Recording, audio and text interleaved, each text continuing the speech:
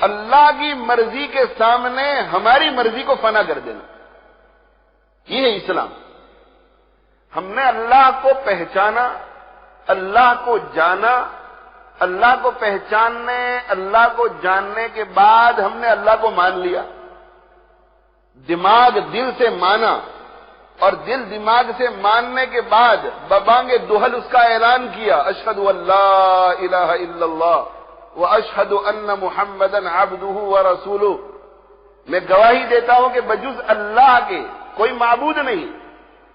اس پوری کائنات کے ذرے ذرے پر اسی کی ربوبیت، اسی کی حکومت، اسی کی اتھارٹی چلے گی۔ الحمدللہ رب العالمین، جتنے بھی جہان ہیں، جتنے بھی عالم ہیں، ان میں سے کسی بھی عالم کا کوئی ذرہ ایسا نہیں ہے جو اللہ کی قدرت سے باہر ہو، اللہ کی ربوبیت سے باہر ہو، اللہ کی قدرت سے باہر ہو،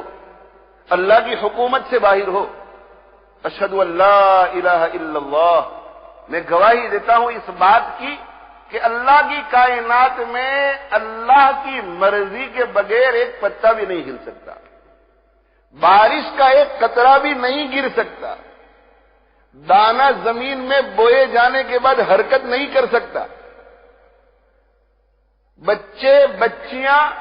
سوائے اللہ کے کوئی نہیں دے سکتا، یہب لمن یشاء اناثا ویہب لمن یشاء الذکور،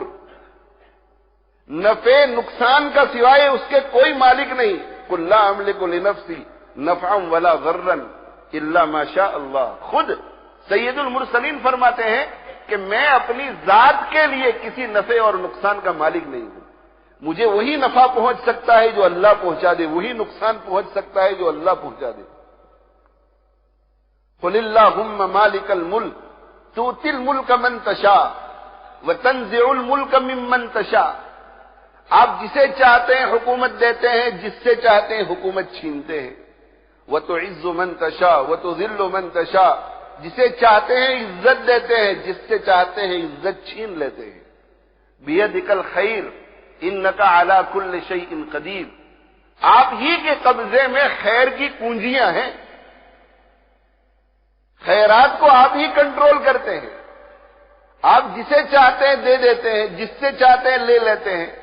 جسے چاہتے ہیں وجود عطا فرماتے ہیں، اور جس کے بارے میں فیصلہ ہوتا ہے آنن فانن دنیا سے رخصت ہو جاتا ہے۔